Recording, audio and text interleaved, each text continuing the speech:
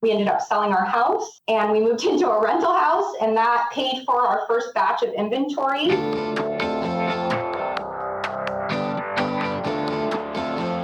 Hey, my name is Felix Tia, and I'm the host of Shopify Masters, a weekly podcast powered by Shopify, the easiest way to sell online, in person, anywhere in between. Each week, we invite entrepreneurs like you to share what they've learned growing successful e-commerce businesses. In this episode, you'll learn how this entrepreneur made changes in their product packaging to address customer concerns that they were learning, how they were able to amass 30,000 positive reviews on Amazon, and why they geo-target their ads to focus around retail locations. Before the show, I wanted to chat about Exchange Marketplace. It's Shopify's marketplace to buy and sell businesses. In addition to browsing businesses that are up for sale, you can now gift a business to an aspiring entrepreneur in your life for as little as $50. Visit exchangemarketplace.com/categories/gift-a-business for more information, or you can go to the show notes to get the link as well. Today, I'm joined by Kelly Higney from Bug Bite Thing. Bug Bite Thing dedicates itself to offering customers a chemical-free, eco-friendly solution that effectively alleviates the discomfort, stinging, itching, and swelling caused by insect bites and stings, and was started in 2016 and based out of Port St. Lucie, Florida. Welcome, Kelly. Thank you so much for having me on. Yeah, so you originally made this product for your daughter, right? Tell us more about that. Where did the idea come from? So this product, so let me just back up. So I had made a move. I had a job opportunity back in 2013, and we relocated from California to South Florida. When I had a young daughter at the time. She was 6 months old, and when we moved out here, one thing we were completely not anticipating was how bad the mosquito problem was. And when I say bad, I mean it was completely affecting our quality of life. I was avoiding the outdoors at all costs. My daughter would get one mosquito bite, and she reacts so severely it turns into a blister and days of golf ball size welts, pain, itching, swelling. And what was happening was, we had just moved out here, and it was like almost instant where we were avoiding the outdoors, and she was getting skin infections. I was suffering. So I started doing some research, how other, what products were available on the market. And I tried every over-the-counter cream. I tried every home remedy. I was looking up, home remedies on Pinterest, how to, prevent mosquito bites, how to relieve mosquito bites. Nothing was working. And I came across a little known tool that was sold through some industrial first aid kits overseas. And the premise behind it was it used suction, and that removed the irritant. So your body stops producing the uncomfortable symptoms like itching, swelling, stinging, because it's the irritant that you're reacting to. So the premise behind the tool was you remove the irritant, your body stops producing the reaction. So I ordered one in, not thinking much of it because, I'm a year into suffering and nothing here that's available is working. And I ordered one in, got a mosquito bite walking to my mailbox, ironically, and tried it, and I was dumbfounded. All the itching, the swelling, the pain, within a matter of 30 seconds just disappeared. And I was like, what the heck? Why is this not here? So that, that started, making me do more research and figuring out like, if this product is helping me so much and helping my daughter so much, why there's got to be other parents that would find, the validity in this product, or other people that are suffering that need this. So I was able to track down the manufacturer, and we teamed up together, and I branded the product Bug Bite Thing, and I wanted to launch it here in the US. And that's kind of how I came across the product and started selling it. Yeah. So did you have a background in entrepreneurship or business? Like how did you go from looking for a solution to a problem that you were having, finding out that there was already a solution out there, and these, like you mentioned, industrial first aid kits, to then deciding, this is a problem that just doesn't exist in the market, and let me see how I can bring it out. What's your background? So I actually grew up from a long line of entrepreneurs. My grandmother was an entrepreneur. My mother is an entrepreneur. She has an import-export business called AC Kerman. It's been in existence for 30 years. So I literally grew up in an office. I started answering, phones from the time I can talk. I was filing paperwork. I could recognize all the UPS, FedEx trucks and all the names of them by the time I was 10. So I kind of always had, that entrepreneurship instilled in me. I credit my mom a lot to that. My thought process on things is very different than I notice a lot of people think. I always try to figure out how to make things a win-win-win. And for this, there was a product on the market that worked amazing. It was little known, and there was, and I was a mom who it took away all my child's pain and suffering, and it was working on me. So why wouldn't I try to see if there was a need for it? And that's kind of what started the journey. Yeah, I think that your certainly your background, your upbringing, kind of prepared you for this opportunity, because I think a lot of folks out there will have an idea for a product, or maybe even come across a idea for a solution to a problem that they have, and then they find out that it already exists, right? You found out that it already existed, solution already existed, and their immediate reaction is that, oh no, this is a dead end. Then I got to start over. I got to find something else. Like, how did you think about this differently? I kept thinking, why is this not here? Because it worked on me. And so kind of the next step, honestly, was I started field testing it. I had my one tool, and I was, we're in South Florida, so mosquito bites are a huge problem out here. So I had lots of test subjects. And the time that I had the product, I was, this is even before I ordered my first batch of real inventory. I'm talking pre-sales. I was just testing the market to see if there was an interest, because, I was a mom. I was working. My daughter was in preschool, and, I wasn't thinking of starting a new business. It kind of came to me, and I couldn't get out of my head. And I kept, thinking, if this could help me so much. And I was suffering. My daughter was on antibiotics because she would get skin infections, and I hate that, and there had to be other parents. And after talking to other moms and parents in my, own community, there was a huge demand for a chemical-free solution to, this problem. And I don't know, I couldn't get out of my head. I was dreaming about it. I was thinking about it nonstop. And I just knew I needed to make it available to anybody else that was suffering. Yeah. So during this phase where you were still trying to figure out, is anyone else interested in this like you were? You mentioned you're testing the market out. Sounded like you were talking to other parents. What did that mean? Like, what were you doing? Like, what kind of answers were you looking for when you were going around to other, moms and dads that might have a similar situation as you? So the first thing before I purchased our first batch of inventory, before I wanted to go full throttle, I did a lot of my market research at the preschool, because, I was there, my daughter was there was other moms and parents there. And just talking to the preschool itself, there were kids coming into the nurse's station on a daily basis, having to put cream on because it has to be administered by a nurse because there's chemicals in it. And I would just ask, what are you guys using? And everybody was using the exact same thing that wasn't working on them or myself. They're having to reapply creams over and over, because essentially you're masking the problem. You're not getting to the root of the problem. When an insect bites or stings you, they're injecting their saliva or venom under the surface of the skin. And it's your own body that's reacting to that irritant that's causing those symptoms. So a cream is just essentially numbing those symptoms, and your body kind of has to run its course. So our product, it removes the irritant, so your body doesn't even produce those symptoms. So,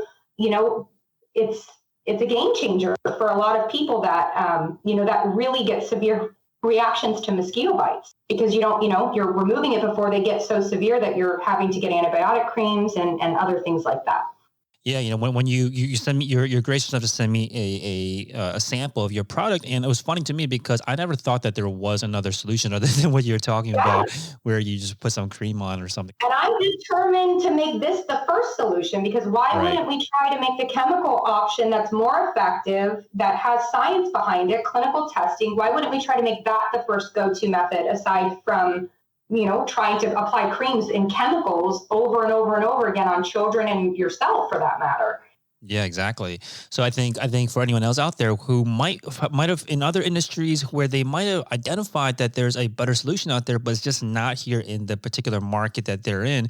You mentioned that the next step you took was to track down the manufacturer, which again is another step that I think a lot of people might not think about doing. Why not? They might think, okay, let me just try to recreate this thing myself or start from scratch. But you went to the source, the manufacturer that you already saw that knew how to do this. So tell us about that. Like, what was the process like to find the manufacturer of that product? It's very simple. I mean, we tracked them down, and essentially I pitched it, right? I explained how I was shocked that this wasn't here in the United States, how I felt that every parent should have this tool to, be armed with for relief for their children. Everybody that enjoys time outside needed this product.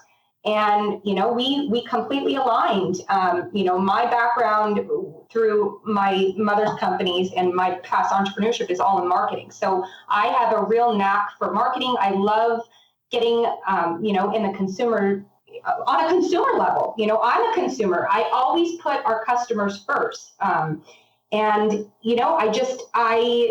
He saw my vision, and, he gave me a chance, and we had a contract that was signed.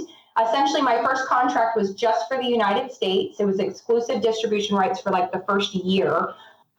This was my very first contract before we hit our numbers. And essentially, I ordered my first batch of inventory and I started selling it. I branded it Bug Bite Thing. And that's when I kind of launched it. And ironically enough, I started right in my own backyard at my daughter's preschool's bake sales. Yeah, it all starts somewhere, right? So that's awesome. I think when you took the step to approach a manufacturer, it could be daunting for a lot of people to think, okay, I am a nobody. I don't have a company at all right now. I have an idea. I see a demand, but that's all I have. I'm going to approach a manufacturer. What do you think about your specific conversations made you seem as an attractive partner for them, especially when you're coming in with basically no company at that time? Honestly, I think if you want my honest opinion, it was my passion that came through. I still to this day, I'm on a mission because this product is a game changer. When I say that, I'm not only am I a customer, there's at this point we've got, millions of people that have product in their hands. And, just on Amazon alone, there's 30,000, positive reviews. We're the number one best-selling product, on Amazon for insect bite relief. So it was never really about, I just needed people to know it existed. So I think just having that mindset really resonated with our factory, and he believed in us since the beginning. Since then, we're 3 years down, we've partnered, completely with them for global distribution rights. So this year, we're launching into 25 countries. So now we're tackling their headquarters. They don't sell any OEM product anymore. They've converted it to Bug Bite Thing headquarters Europe. And essentially the US and Europe now we're tackling the world globally to make this a household name. Wow, that's amazing. And it all started, you mentioned, by selling it locally. So even before you're selling it, you had that much sales online. Yes, grassroots. So my first batch of inventory, let's back up. I ordered it, and I literally started in my own backyard. I started selling them at bake sales, and that's where I got a good chunk of the consumer feedback on the validity of the product. People were coming to me saying they were using it on bee stings and wasps and red ants, and their children that have been suffering for years and years and years. And it exact same thing that was happening with my child. Antibiotic creams and miserable nights of waking up and itching and nothing giving their children relief. And so when I started selling, what I recognized really quickly was our product almost became an impulse item once people realized what it is and what it did. and I could explain the science behind it, then people were willing to give it a chance. So that's kind of where, I got my start. Okay, so you mentioned that you were getting this feedback when you're selling it locally, and you got that you had this validation that people were using on, the kind of problems that they're having that you thought they would need help with. Did you learn anything else about the product at that time, about how to market it, what kind of maybe changes you might need to make from talking to your customers? Well, I realized very quickly after, a few bake sales, I exhausted my customer base there. And so now was the figuring out how I bring this from, selling them in person to bake sales to online, and seeing if there was even a bigger demand for our product. Yeah, and one thing you had told to us was that one major lesson around how to market, especially online, especially with e-commerce business, was that you need to understand how customers reacted to the product and then translate those reactions to your online marketing strategy. So this is a really interesting insight. Can you tell us more about that? What does that mean to you? To me, it means everything. So the immediately, right when I started selling them in person, I knew the skepticism that was coming, from just the questions that were being asked. That there's no way that will work. That hasn't been here. It would already be here if it worked. There was just something so simple can't work. There was no testimonials on it. There was no credibility on it.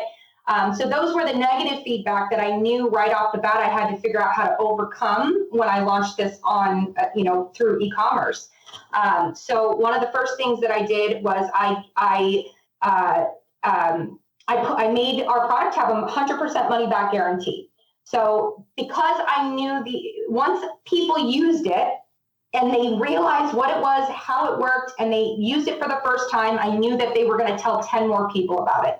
So the obstacle became, how do I get that first person to try it, test it, and now become, part of the Bug Bite Thing family to tell 10 more people about it. So that kind of was my strategy from day one. I didn't have a lot of funds to invest in marketing dollars. I mean, everything was grassroots. When I made the leap from quitting my job working with my mother to launching Bug Bite Thing full time, this was after I had the testing at the trade shows, and I knew I wanted to go to online. That's when I kind of flipped the switch. We ended up selling our house, and we moved into a rental house, and that paid for our first batch of inventory.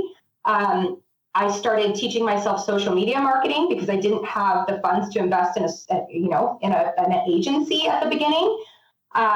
So there was just a lot of figuring things out once I was able to prove the validity of my product, that there was a demand, that there was an interest, that people were responding to it. That's amazing. I've never heard of someone that believes so much in their business, especially early on, that they're willing to sell their house to keep this thing funded. So tell us more about that. Like, what did you see? What was it for you that totally convinced you? So, you know what? Let's put everything on the line. This is going to work. There's a need for this. Let's go all in. When I started having parents track me down in the parking lot to purchase product outside of bake sales, that's when I knew there was a demand for my product. It was growing word of mouth just in my own backyard. I had people literally meeting me in the parking lot. I downloaded my Shopify point of sale app, and I was literally taking orders from the trunk of my car selling Bug Bite things.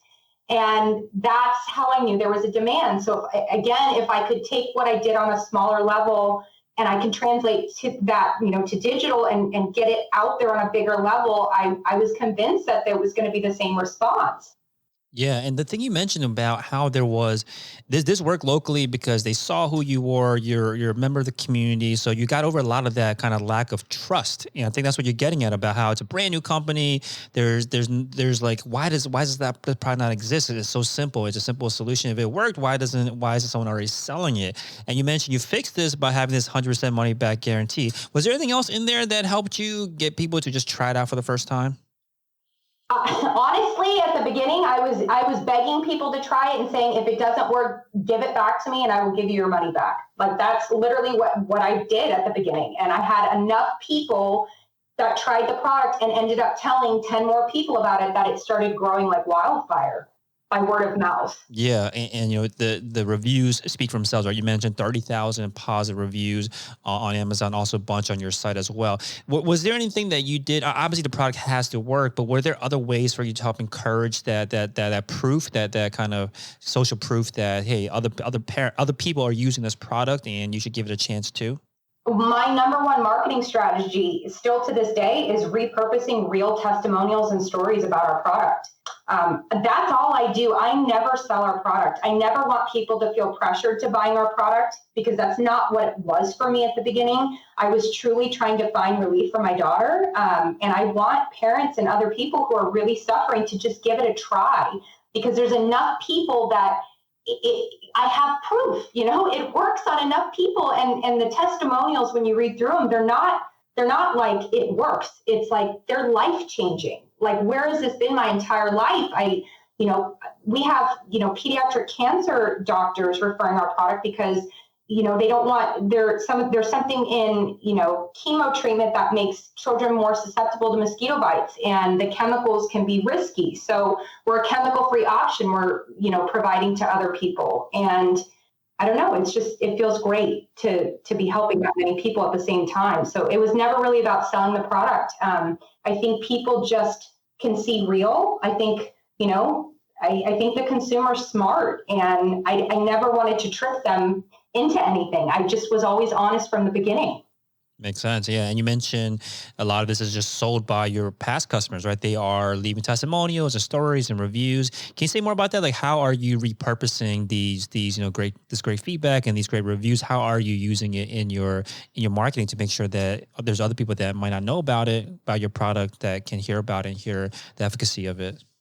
I mean, we're just, like I said, we have a whole social strategy that we repurpose testimonials. We have the Shopify review app installed on our website that creates a ton of SEO around our products. So when people search, does the bug bite thing work? Shopify reviews pop right up to help combat that. And again, the consumer's smart. They know at this stage if they're fake reviews or not. And I just, again, by giving people that 100% money back guarantee, it just takes the guesswork out of the product. I'm not trying to make a sale. I'm trying to give people relief. Now, you said that you use the kind of social proof and testimonials on social media. Can you say more about that? I think that other people that might have reviews might not be getting the most kind of mileage out of it. What have you been doing on social media with the testimonials and reviews? Just repurposing them into ad content. We use a lot of user-generated content that we, will combine them to showcase, multiple people's viewpoint on our product. It's really just displaying it everywhere. Anywhere that we can, showcase a life-changing situation or scenario, or something really impactful, I'm just throw out a scenario. Somebody got stung by 3 bees in one spot and used our product and didn't have any reaction, where previously they gave us an example where they had 1 bee sting and they had to go to the emergency room. So just stuff like that comes in is just so impactful. And as a brand, you're reading that. And why, if we could tell other people's experiences, not only does it help get the word out there, it's giving other people a tool that can help them get relief and not be in pain and avoid doctor's visits. I mean, you read through the testimonials. That's all I encourage people to do, Yeah, I think the good lesson here is that if you have a product that works and gets results, a lot of marketing can be done for you, or your job is just to kind of amplify the testimonials and the results that your customers have gotten. I think that makes,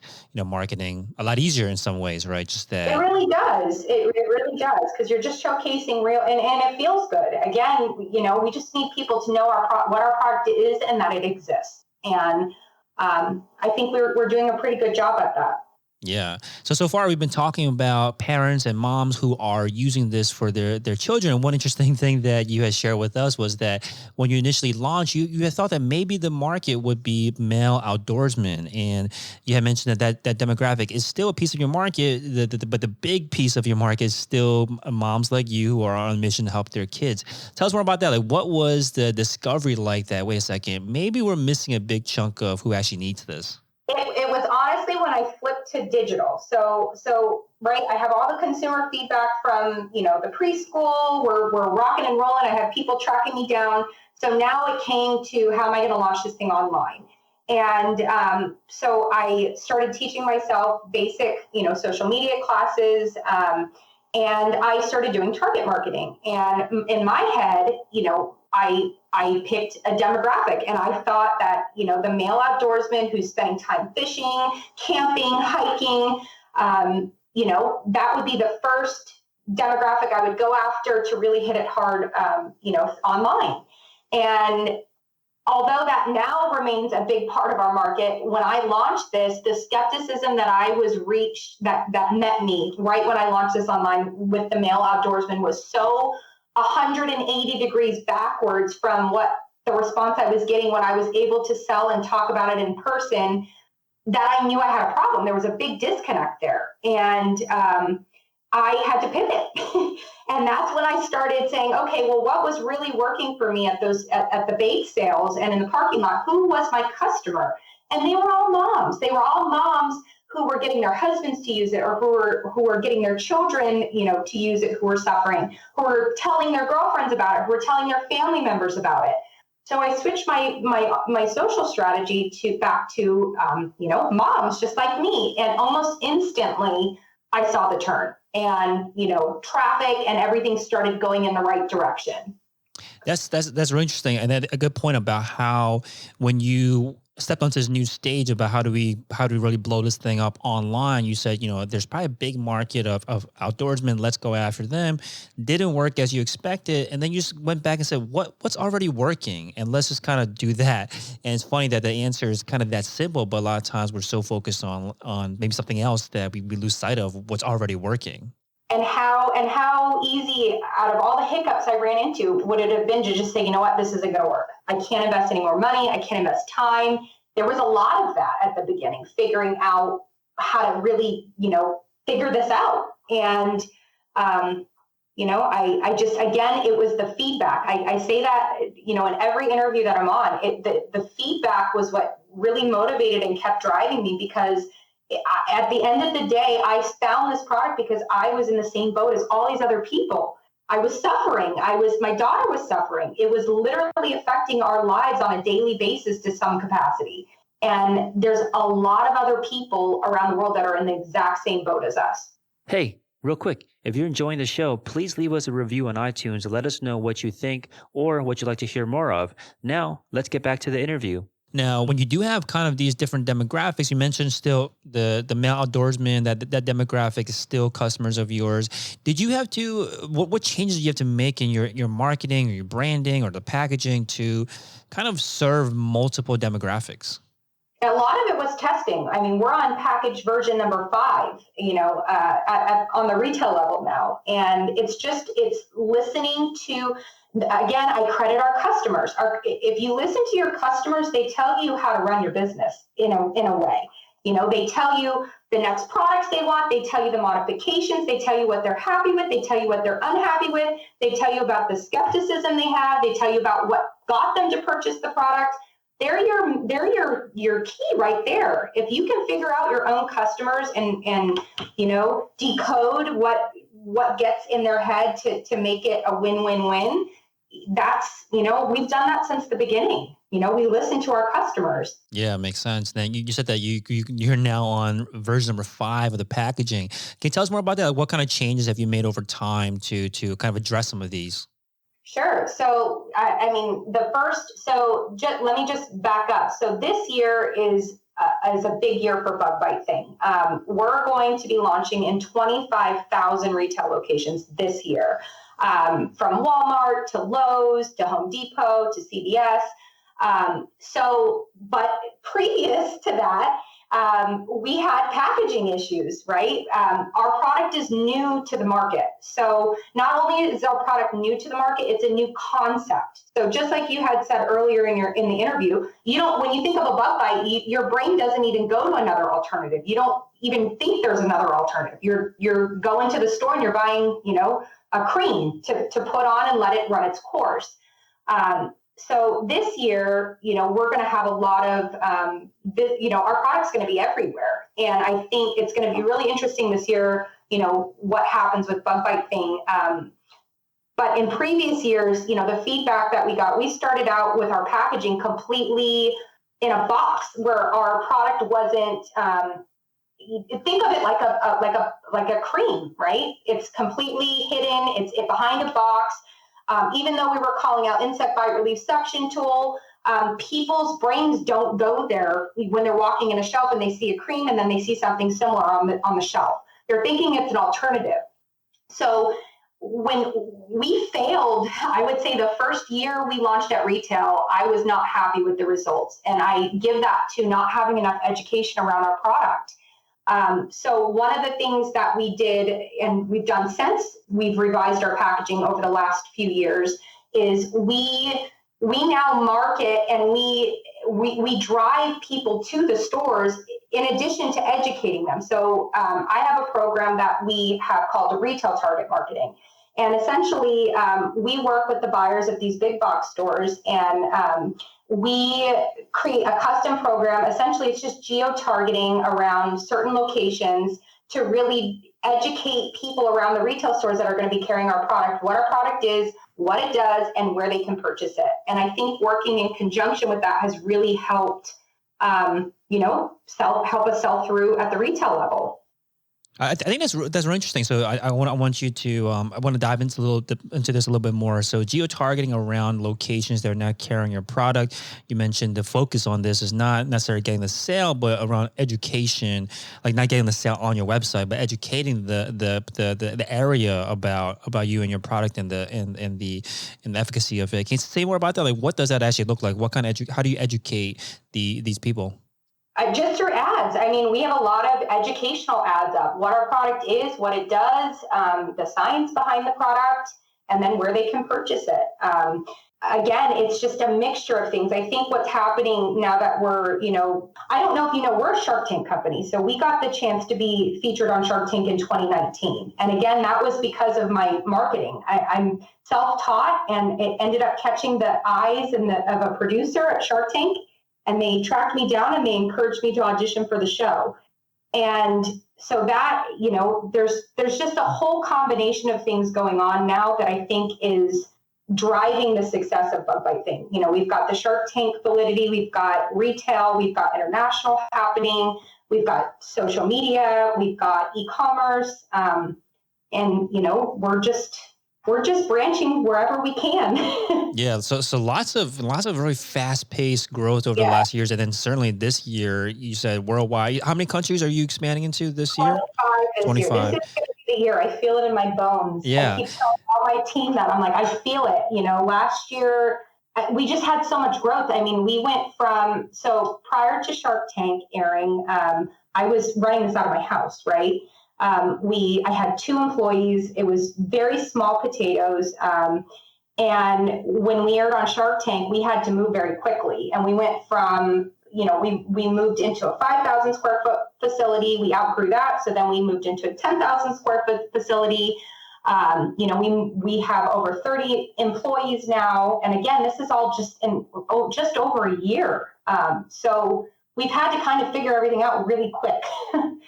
And, just do the best we can. Yeah, and I can imagine there are different kind of challenges and different areas of focus for you at these different stages. So now that this year and the last year really is focused on this kind of quick, rapid growth, what kind of challenges are you facing these days that you're putting your attention on?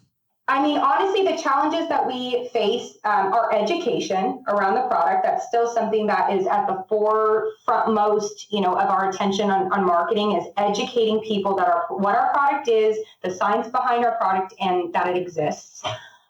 So that's been challenging. Keeping up with the growth and the demand with inventory requirements, especially navigating all that during COVID. That has been a really big challenge for us. Because at this level, we're producing them by the millions. So you have to have planning. And so that's been a challenge, but we've got everything in order this year. We ran into some inventory issues last year that we're ahead of the game on this year. So that will be good. It's just growing pains. At the very beginning, the challenges, that we faced was figuring out who the right, demographic was on social media. And that was the big change from targeting male outdoorsmen to going back to my grassroots of what started this, and just the growing pains. I mean, there's a lot happening all at one time, and there's only so many hours in a day, and there's only so many people you can train in a day. And I would say that. Makes sense. Now, around the science and education of the product, especially when it's like a new product category, right, that you're talking about, how do you know what your customers, your prospective customers need to learn before they're ready to give it a chance? That's a great question, and I don't have an answer for that. I didn't know, and I had to do a lot of testing. So again, going back to, what we stay true to as a company, our consumer experience is number one for us always. From their first interaction, from hearing about our product to, ordering it on our website, to receiving it, to reviewing it, everything is customer driven. So I think if you just focus on your customers and listen to them, it gives you more insight than you think. Don't guess, listen to your own customers. And a lot of the times they give you what you need to pivot or change directions. Makes sense. And one thing I want to touch on too is around that you mentioned social media already as something that you're focusing on, but you also mentioned that there's an affiliate marketing program too. Tell us about that. How do you use the affiliate marketing program to grow your business? Yeah, we created our own affiliate marketing program. So because, again, I did this grassroots, our customers have almost become like family to me. We treat everybody like they're a part of this. So no matter if you're just a customer that used it for the first time and want to tell 10 more people about it, or you're an influencer with a big audience that, feel like you want to educate people of a chemical-free solution that's better, you can be involved in our program. So we have everything from loyalty. We're working on a loyalty program for customers. We have, I believe there's a program, third-party program that integrates, that's called Reversion that we use. That essentially is just link tracking, so we can track if a sale was made from a link that one of our influencers put out there.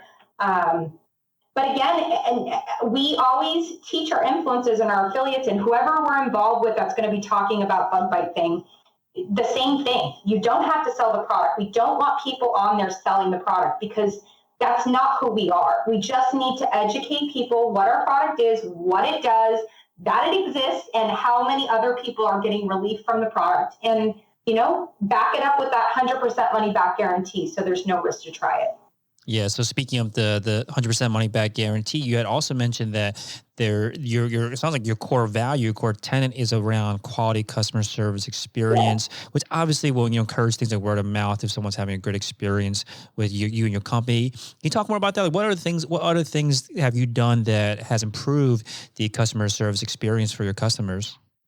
We're still doing it. I think it's something that we will do, as long as Bug Bite thing is in existence.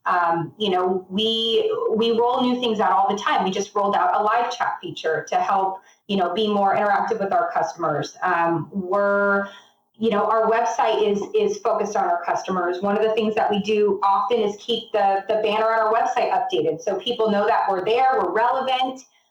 We have a phone number. You can pick up the phone and call us.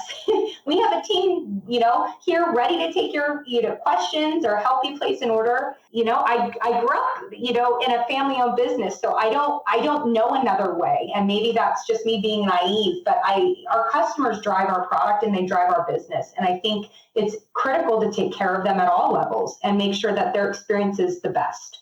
Right. And you mentioned the website being a big part of that around banner updates. You implemented live chat. You have a phone number someone can pick up and talk to a real person.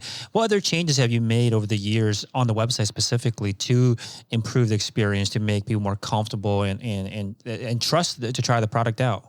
Well, the wonderful thing about Shopify is it can grow with your business. Let me tell you that. My first Shopify, web front was terrible. I did it myself, but it still worked. And the platform and the themes, they make it so easy. So even if you have no experience and you think everything is terrible, it still looks good enough to put out there. And then you go off of that. You start tweaking. You start adding tools to help you get smarter. One of the things that we have Google Analytics installed on our website. So we can track where people are falling off our web pages. Just again, customer experience. Where are customers hanging out on our website? What are they reading? What more can we put out there to get them to purchase? Just focusing your entire website around consumer experience. Yeah, that totally makes sense. So yeah, the changes around like the banner you had mentioned, there's a demo video showing them how the product works, what it does. And you mentioned that you just kind of see where people are spending their time on the website. Are there any certain parts of the website that surprised you? Like, wow, we should invest more time here that you had not thought about? Yeah, we actually are in the process too of revamping some things on our website, but there's a lot of people now because of Shark Tank that are hanging out on our Mom on a Mission section. So again, a brand story I think is really important. We're in a day and age where there's a lot of distrust in the online community. There's a lot of counterfeit product out there. There's a lot of companies that aren't US-based companies that you can't pick up the phone and call to find out why your product hasn't been here for 3 months that you paid for. And I just think that we're simplifying things a little bit. We just want to be there for our customers and make things easy for them. We want to offer them a line of products so we can be the trusted source that they come back to. Awesome. So yeah, bugbitething.com is the website. And I'll leave you this last question. What do you think has been like the biggest lesson that you've learned over the past year that you as a company are applying moving forward?